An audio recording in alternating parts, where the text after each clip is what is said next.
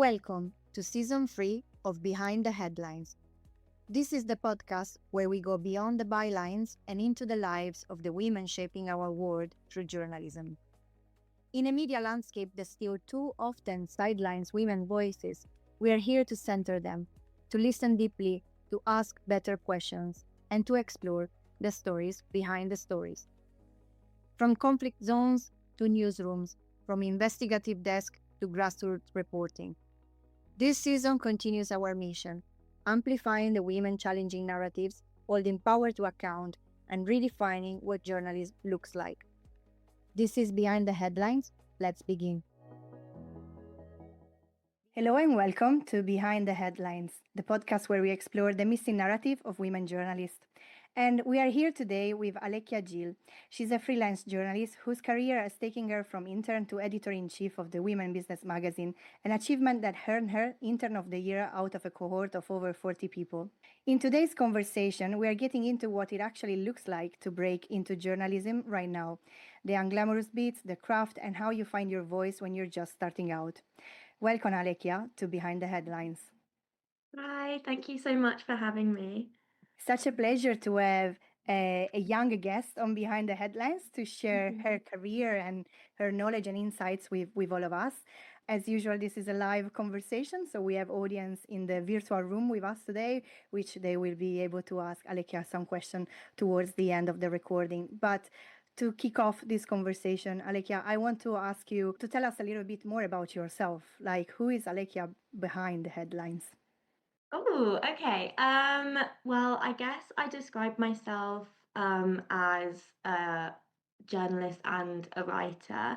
I do arts and culture journalism. I've worked with magazines. I've done a little bit of news reporting, and right now I'm also doing a bit of fiction as well. And I sort of my career progressed. I also have been doing some editing as well.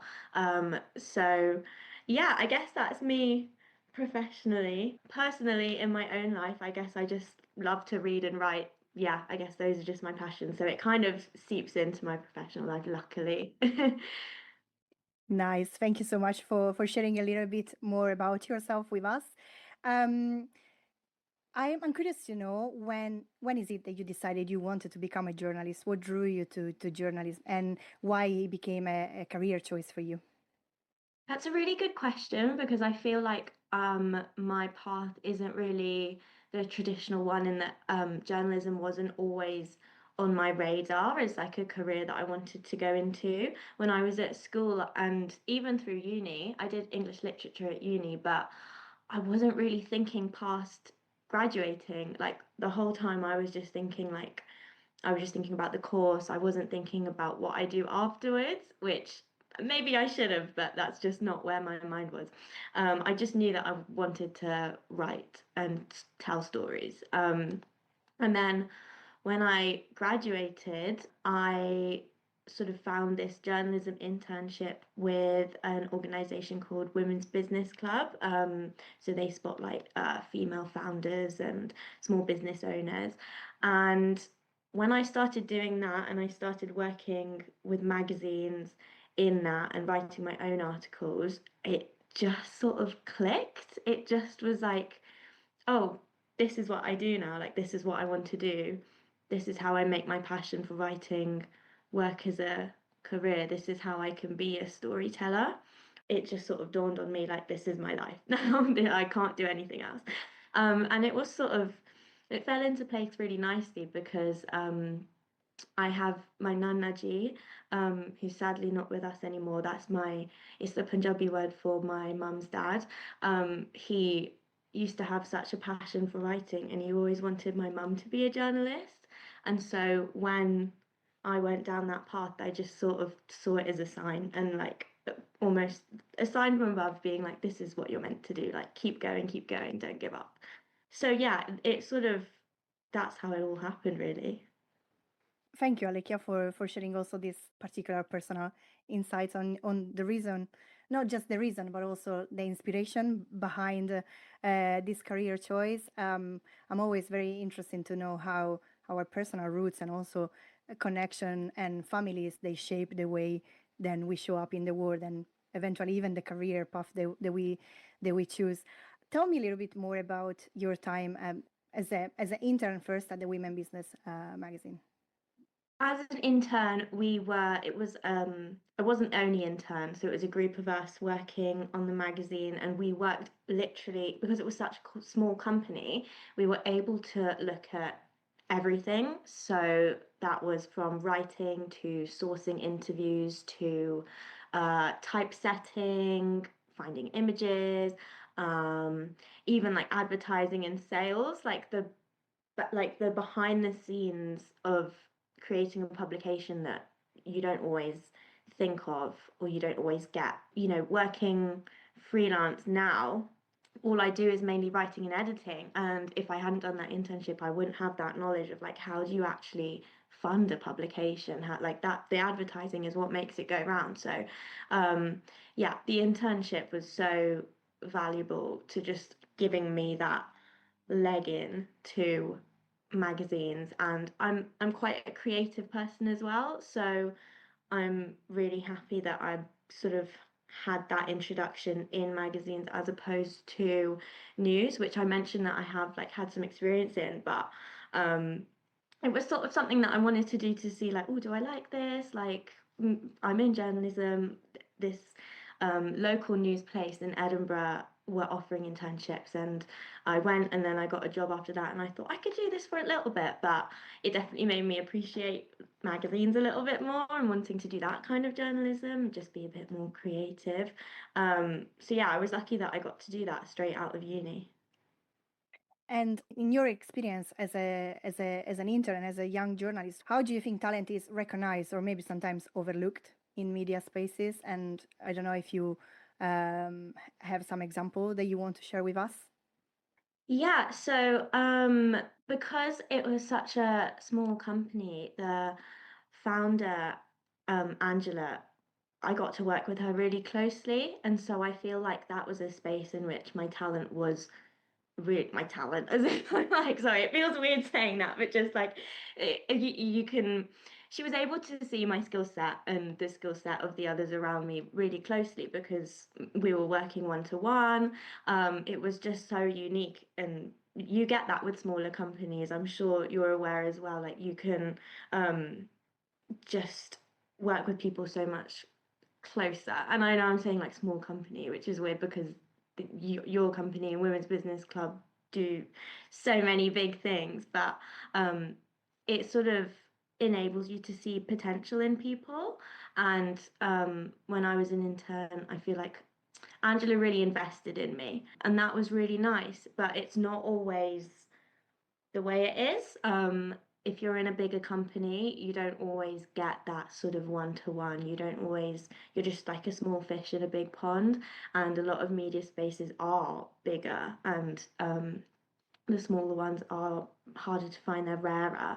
And so I guess it sort of, it depends where you are, but I think I was really lucky in that the perspective that I was given was really like tailored to me, which is nice.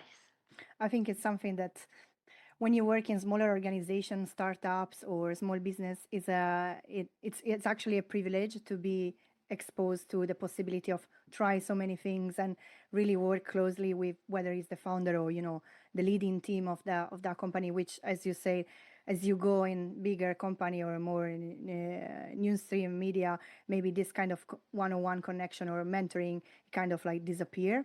And it's something that I noticed as well when I was a young journalist myself back in Italy, working in smaller place. Actually, it was more interesting for me, and it was the place where I learned the most compared to when I was working in bigger company on bigger spaces. So I totally, for sure, it's resonating with me. And then I'm curious to know in the audience as well what they think about this. If it's also something that they notice themselves in in their experience in their internships as well. But then from an intern, you became an editor in chief. How does that happen? Tell us a little bit more.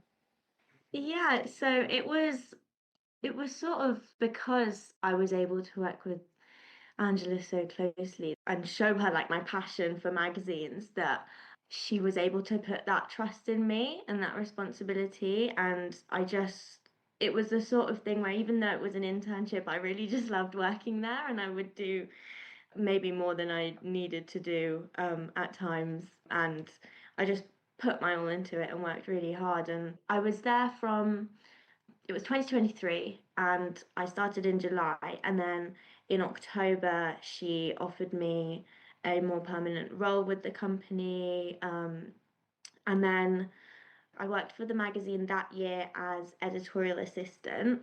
And then once we had that issue out, because it was an annual publication, so we worked all year for this one publication to come out, which was also a really sort of, having left that company, obviously at the time that was all I knew, but having left, I look back and I'm like, that was such a different way of doing things to how I've done things in different for different publications.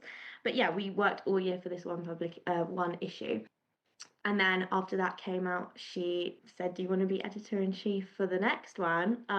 Which was amazing, because at that point it was literally like that magazine was my baby. It was like I just loved it so much, and every little thing, the small details, I just really paid attention to, and the stories that we were telling, and yeah, it was really exciting. And I think it is just maybe down to that luck of falling into such a warm and welcoming company where um, I was able to really let my skills shine, but also learn so much. Like, obviously, I hadn't done journalism before I even went into that internship. So the whole time was just a huge learning curve for me. And I still am learning in my career. Like, I still am just absorbing as much as I can.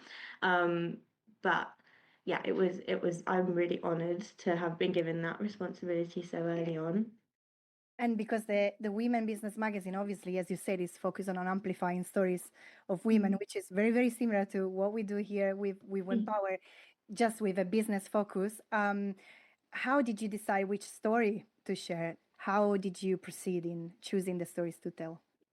Yeah, it's interesting because I feel like everyone has a story to tell, everyone has a story inside them. And um, when we did the last issue that I worked on, um, we wanted to move it from just having like a UK focus and focusing on UK based businesswomen, and we wanted to make it like a whole global thing. So we did this whole outreach to across the world. We got people from everywhere, like Uganda, India, Canada, here, like you name it. It was just everywhere.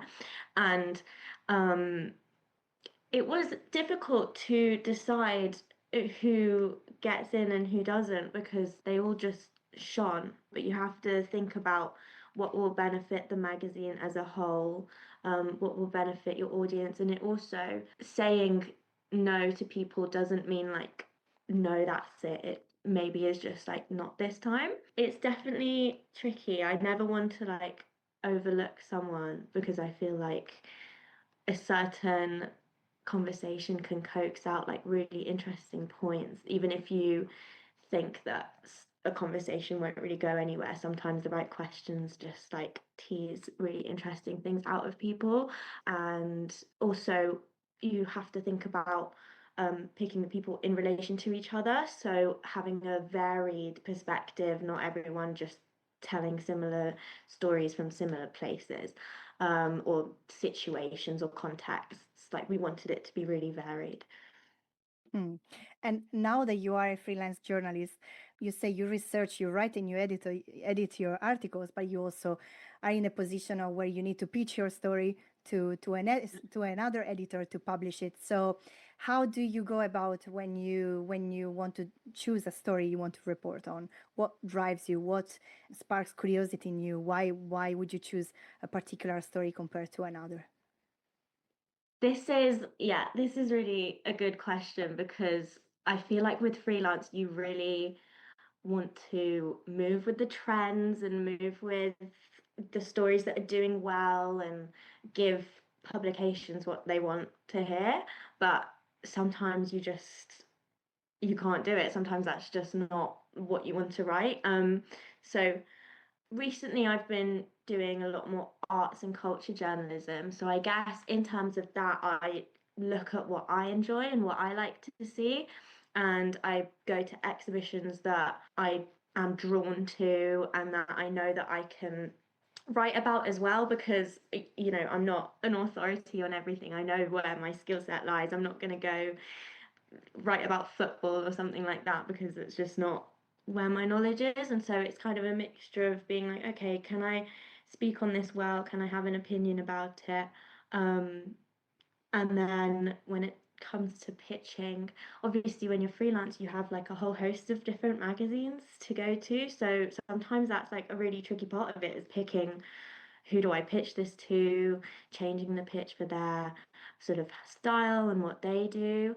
But at the same time, it kind of means that that building an audience part of it, it's already been done. Like they already have the audience waiting for you.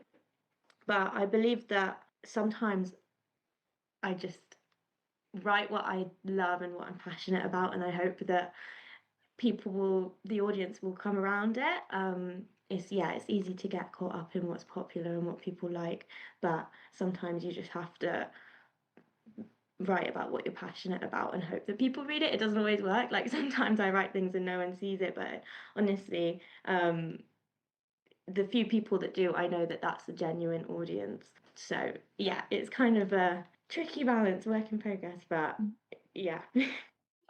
I'm sure, and also the marketing the market is becoming over competitive, and as you say, there are a lot of trends, a lot of even decision to make, like whether you're going to write for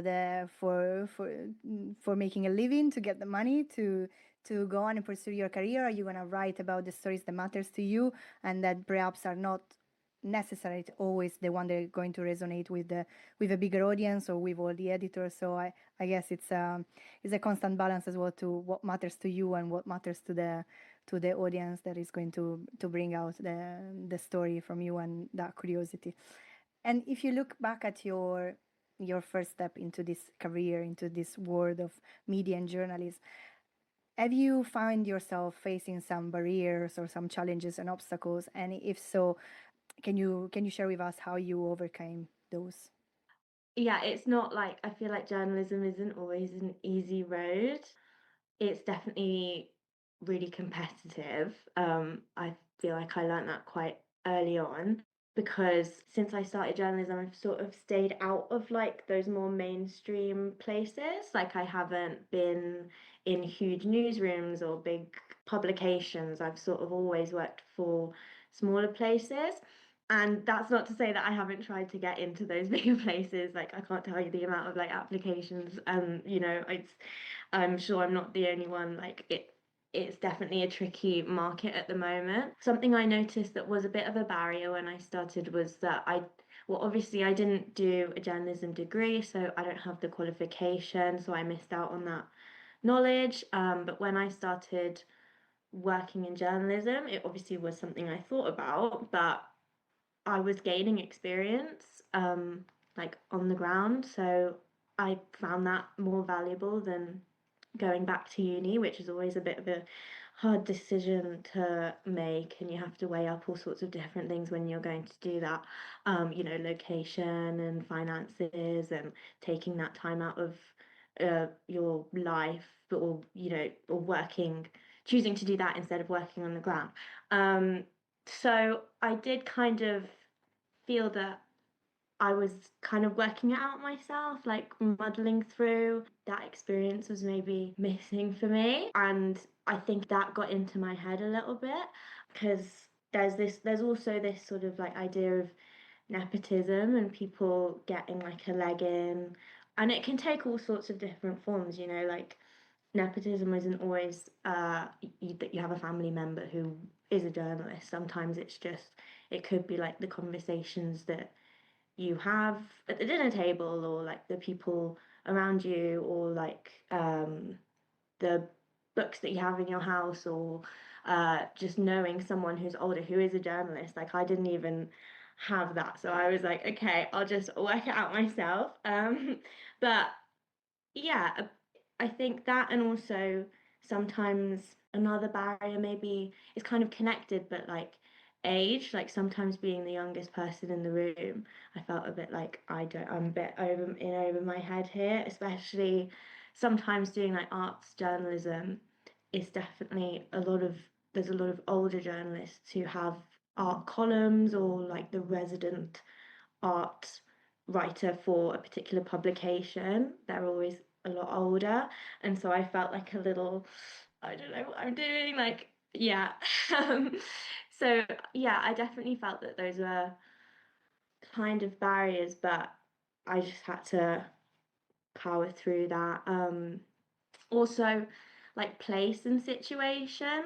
This is a bit surprising, but when I was in Edinburgh, I actually found it easier to like make a name for myself in journalism and find a place. And now I've moved to London, and it's just this like huge place, and everyone is trying to get ahead. And I thought that there would be loads more jobs, and there are, but there's also a million more people. So it's hard, and there's pressure also to move to London. Like I had that pressure to move to London because I thought that there would be more opportunities for me here. So like there's all these sorts of different things going on in your head, and journalism isn't always the most stable career, so you never really know how the future looks. But I feel like I'm still muddling through a little bit, but I don't know if that feeling ever goes away.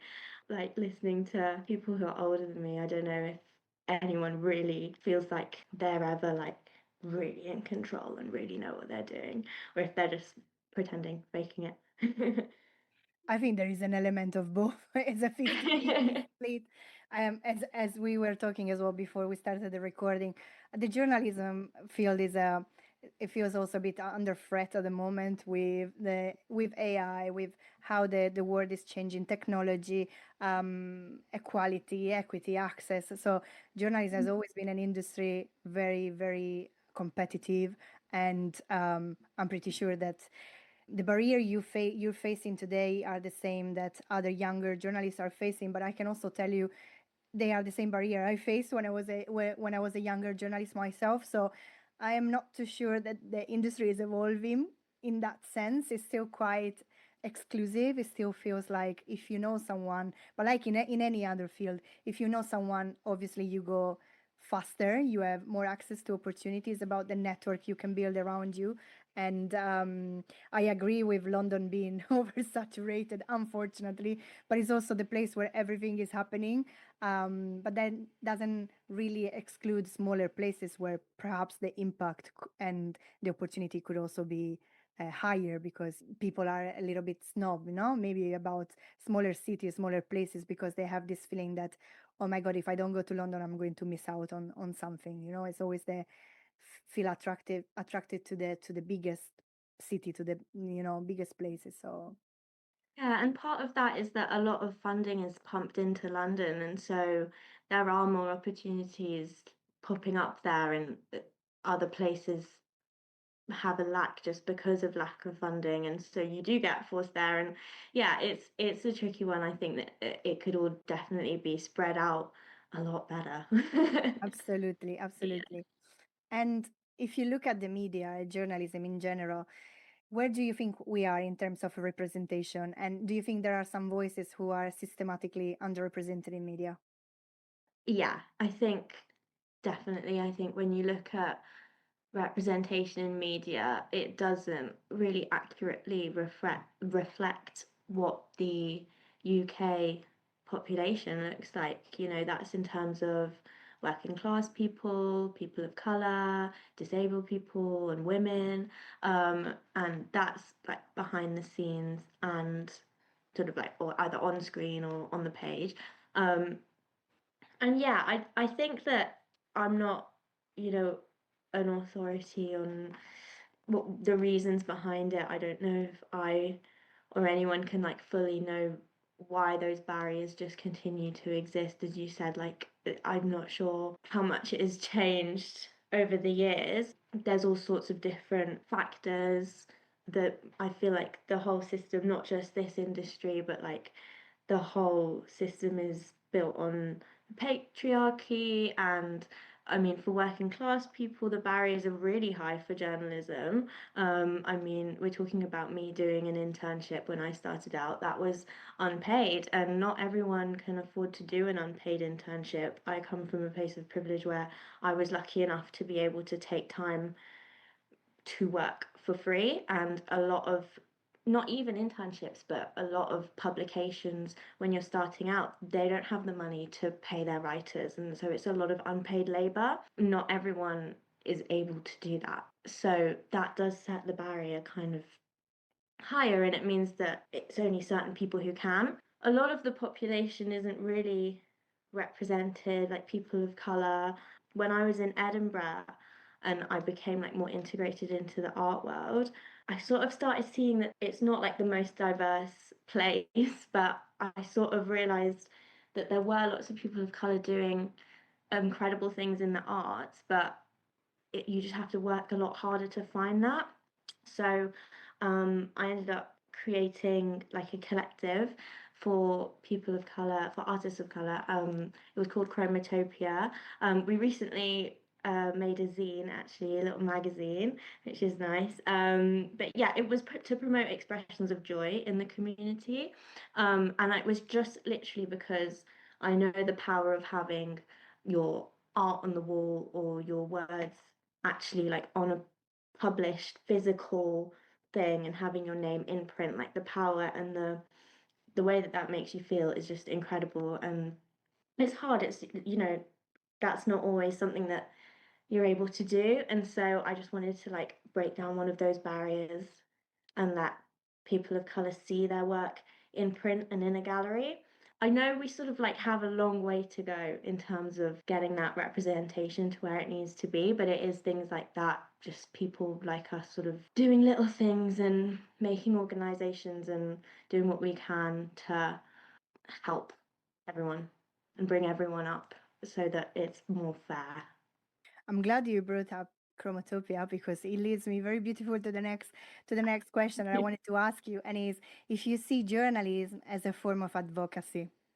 Yeah, it's a you sort of have to balance it because obviously there's different types of journalism, and I feel like in news, when you're talking about news, you have to be quite neutral and balanced and it's based on facts, but then you also as a journalist have a lot of power literally just in who you spotlight and who you don't, and you see that sometimes used in different ways, you know, for better or worse, but you're able to platform people, and especially in magazines and in the arts, you're able to show a bit more of your opinion and personality, which I really enjoy, like showing, being more creative with it and just writing about things that you love and things that you advocate for and people that you want to spotlight, people who are doing incredible things who might not get the chance to be in the bigger places. Like when you're a freelance journalist, you're kind of able to go into communities and just think about the people around you, and yeah, there is a lot of power in it.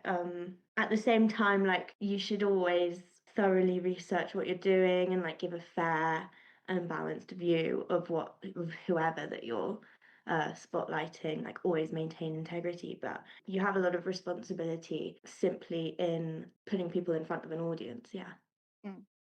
And do you remember one of your story that you wrote and you published that were able to create a sort of change, tangible change, or one that maybe you wish would have brought some change in a particular area and topic and didn't actually transform into that? Yeah, I do.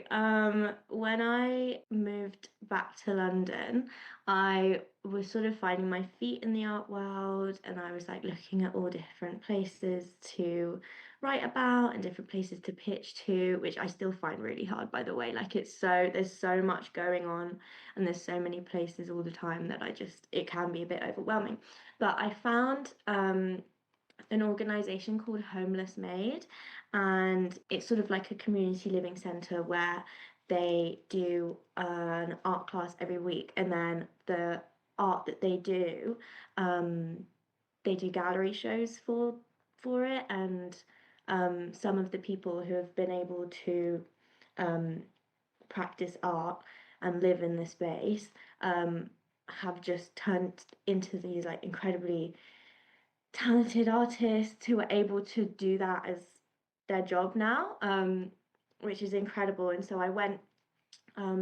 It's it's based in a house in Hammersmith, and I was able to go and have a conversation with the founders and the organizers and the artists. And I did this whole piece, and I went to the gallery show, and it was incredible, and the art's amazing. And then I pitched it to places, and literally, I don't know if it was I didn't write a good enough pitch or I didn't pitch the right places, but literally no one took it. And I was really disappointed because I thought that it would be a really valuable story, and I was really excited to platform the organization, and it just didn't really get picked up by anyone. So yeah, I don't know. I think if I were to do it again, maybe I'd pitch more widely. But then I posted it. I still wrote the story, and I posted it on my blog on my Substack. So I was still able to push it, and it still got like some views. But yeah, that's one of the things where I don't know. I did want it to do really well, but then sometimes it just doesn't go that way. I feel like it's like that. It's hit or miss. And it was still really valuable to go there and meet everyone. It was still amazing to see the art, and then also to write a story about it and still have it published and put it up. And I say, oh, I just put it on my personal blog, but a personal blog is still a really good thing to have. I will never put down a blog. Like it's so I love blogs, and Substack is like a lovely place to build a tiny little community. Well, mine's definitely quite small at the moment, but I'm working on it. I'm working on it. I only really started like properly doing it a few months ago, so that's something that I'm learning. But yeah, yeah. Well, first of all, I'm glad that you published the story regardless, because, sometimes I know that a story like this, probably you wanted to see it on a bigger publication and have like been more amplified and reach more people, because the fact you say no, you discovered this organization, the community, you saw the show, like, so it really touched you, it was really important for you. But at the same time, I'm so glad you find a way to put the story out, because I'm pretty sure that even if you say that it's a small group of followers, they read it. So those people, now they know about this place. And then you never know, and I learned this on my own in my career, you never know who is watching, you never know who is reading. And yeah, maybe you didn't have the outcome that you desired in that moment, but honestly, you never know how that is going to turn out. So really, really happy that you went ahead and do it anyway, regardless. So I think that's a change anyway, even if it's on a smaller scale. The last question from myself, and then I'm going to open to the audience. Let's say you have a magic wand and you could reshape completely the journalism industry today. How would you change it? What would it look like to you? Yeah, if I had like a magic wand, because I really don't know how this would work in practice, but I would just sort of like pump more value into journalism. I feel like news definitely is really valued as a career. When you say you're a journalist and like you work in news, it's got this sort of aura around it. But I do feel that magazines, features, opinion writing, columns, and doing your own like personal blogs, like even though it's still writing, it's still a skill, it's still really valuable to me and to other people. It doesn't have that sort of societal value pumped into it. Like I would love to just see it held up more and more esteem, and it does. That lack of value does show in the amount that you get paid and rewarded for your work. It's not always, and the fact that it can be a really like uphill battle sometimes. Like all you want to do is write, and it's your whole passion, but it's such an uphill battle to keep it going as a career. is still something that I'm learning to do. It's still, yeah, as a freelance journalist in the arts, like me and a lot of other writers I know have like other jobs on the side or several other jobs on the side. It's not always something that you can sustain to begin with. I'm definitely still getting there.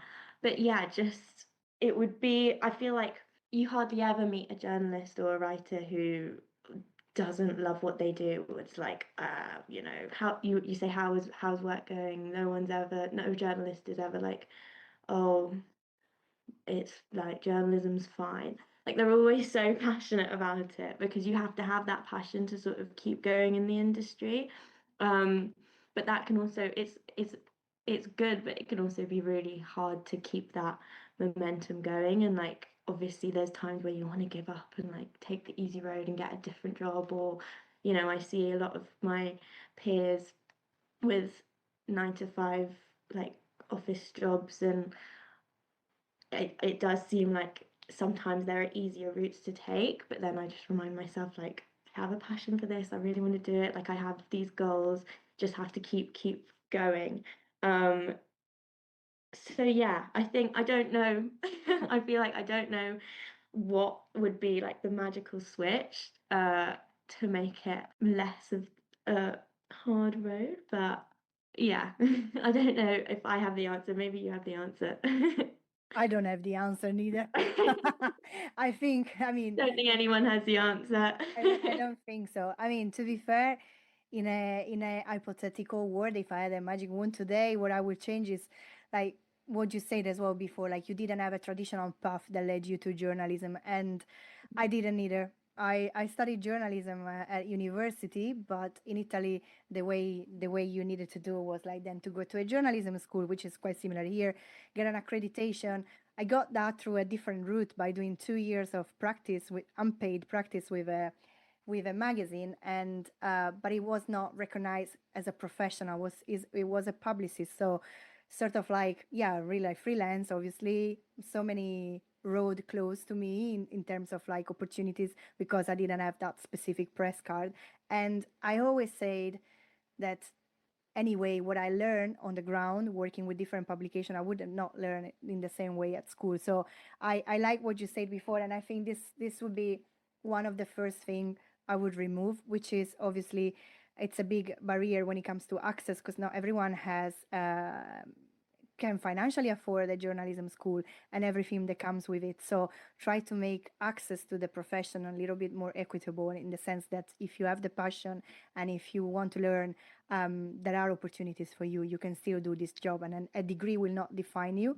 And also, like I think one thing that I learned is that, yeah, major publication obviously will make your name, and people will know about you, will know about your work, but also like let's not forget about a smaller publication, because otherwise they, also where will you learn, where will you discover like more niche stories and perspectives. So I think for me the most important thing that we change is access and make this Mm. something that is not um yeah, it's not something so exclusive, so white male, more than like high class, like super rich profession, but something that anyone can do. So that would be my wish, but I don't think this is like we are far from getting there, and it's not even the tip of the iceberg to fix the industry, but it's this would be what I would change. So Yeah, yeah, like redistributing the opportunities, I think, yeah, absolutely. that's really important. Like similar to what you said, when I started out, I had like a really weird path, but what I learned was that if you do feel like you can't get into this system, these like corporations, these big publications, you can circumnavigate them. You can find your own path, do things your own way. Like go and meet people. A lot of my first stories were because I literally just showed up at places and asked to interview people. Like you can just sort of find your own ways into things. I think sometimes you feel sort of trapped behind a computer screen and you feel that the only way in is applying to places, sending your letters out. That's not the only way into the industry. You can circumnavigate that system, and it takes hard work, but it's definitely worth it. You just have to like step out of your comfort zone a little bit. Yeah, that's my New Year's resolution as well, stepping out of my comfort zone. I'm still trying to do that. How are you doing so far? Well, this was one of the things that I thought was a success. Like, doing this interview is definitely a step out of my comfort zone, but I'm so glad that I'm doing it. Like, this is such a valuable conversation. Yeah, I'm really grateful. And I'm so glad. And Angelina reached out to you, and we have you here on the podcast, and you didn't listen to your to that little voice inside of you that might have said like, I know that you told me this. Yeah. Oh, I don't know if should I do it, and I don't know if I'm ready. Look, which other journalists have been interviewed for this podcast, and I told you I'm so happy you decided to come because young women perspective is as valuable as those from more senior editors, and if we want to move forward in the industry we need to listen from each other and try to see how we can navigate these challenges together, because at the end of the day we are not just here on our own, we are surrounded by people, so we might just learn from others. So really really glad to have you here with us today. Oh, thank you. It's a learning opportunity for me as well. Yeah, I'm so glad that I didn't listen to that imposter syndrome and I said yes. I was bold. Yeah. Well done. uh, and time for the audience, if there is any question you would like to ask to Alekia. I have one, so I can go first. For other young women entering journalism at the moment, especially for young women from more underrepresented backgrounds, would you say there's anything that they need to understand or know about the system that they're not necessarily going to be told when they're starting off in their career?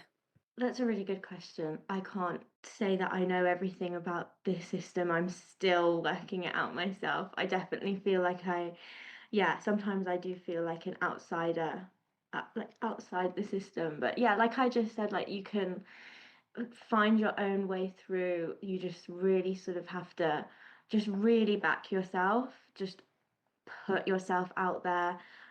And it's likely that what you're doing has a lot of merit to it, and your writing stands up, and so all you need to do is get eyes on it and just just put yourself out there. And you have to, like I said, step out of your comfort zone. You have to have those hard conversations. You have to, in journalism, you will have to go up to people and talk to them out of the blue, and you will have to ask them if they want to be in a story, and sometimes they'll say no, and sometimes they'll hear you're a journalist and they'll, people have preconceived notions. But you just have to be really brave. I think that's what I would say. And definitely don't be put off by rejections, whether that's rejected job applications, rejected pitches. Like, it happens to everyone. And just because you get rejected or your story gets rejected, don't think that it isn't worth anything. Like how I've said about my other story, I still posted that because I still thought that it had value and it had merit. So, don't let these bigger places tell you that, you're not good enough, because that's not always like the key to success. The key to success doesn't always lie with big places, big names, big publications. It there are different ways to achieve success. Thank you so much, Alekia. Any other questions? I also have another question as well. In terms of, I know it's quite early on into your career, but what would be your ambitions for the next phase of your career within journalism? That's a really good question, because I am definitely someone who thinks about the future a lot, which is funny considering that it's so like unclear to me at all times. Like this time last year, I could not foresee that I would be doing any of the jobs or the writing that I'm doing now. I feel like it is always so wobbly and wiggly, and you never know where you're going to go. But I think I'm trying to just write as much as I can and carve out that space for myself, because as I mentioned, I have to have like other jobs to support doing the freelance journalism, and it's really, sometimes you have to like balance doing those and like paying bills and making money with doing what you're passionate about and writing. And so for me, my goal is just like writing as much as I can and pitching to places. I had one New Year's resolution at the start of the year. Oh, two, because one of them was like step out of my comfort zone. So the other one was to submit to places for fiction and work on like my short story writing a little bit more. And I recently got accepted into a publication, so I'm really excited about that. So that's one of my goals, like kind of ticked off. But I definitely want to keep going and keep pursuing that side as well. And yeah, I think I just, as long as I can keep this going and write and do journalism and just do it for as long as I can. Like that's basically my goal. I don't really think much further than that, but just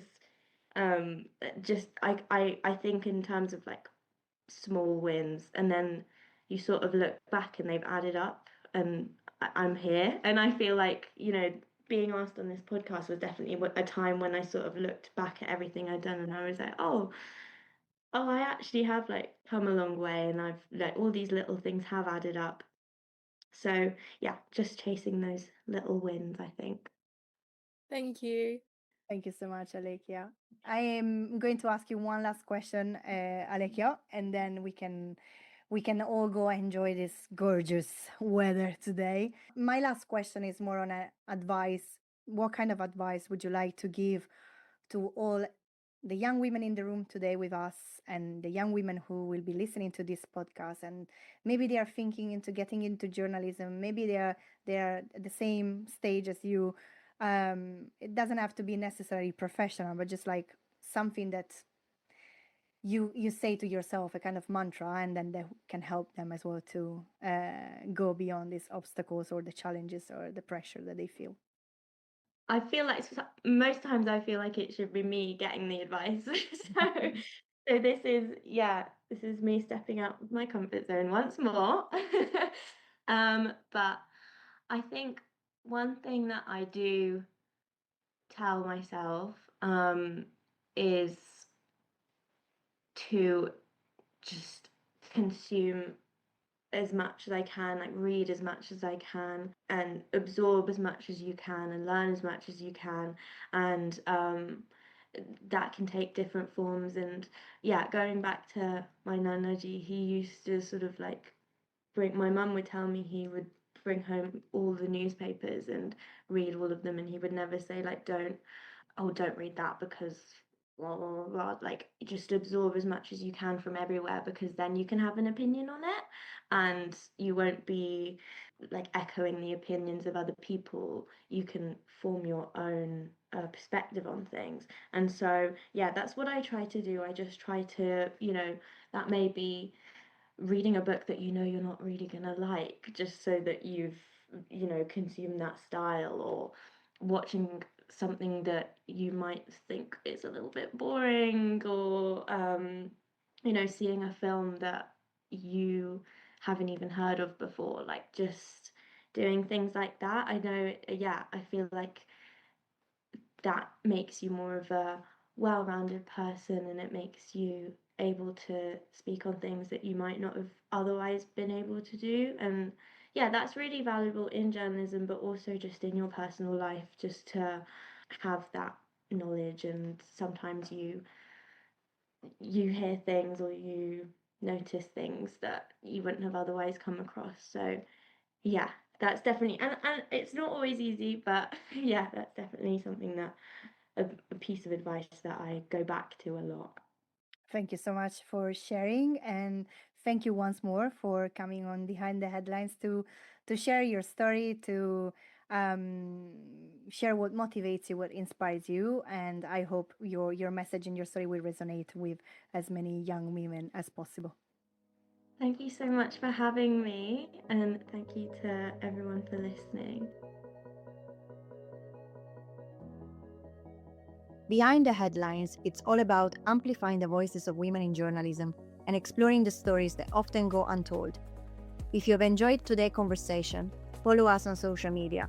subscribe to the podcast and join the When Power Circle. Be part of the community that's changing the face of journalism, one story at a time. I am your host, Ilaria Biancacci. Till the next time.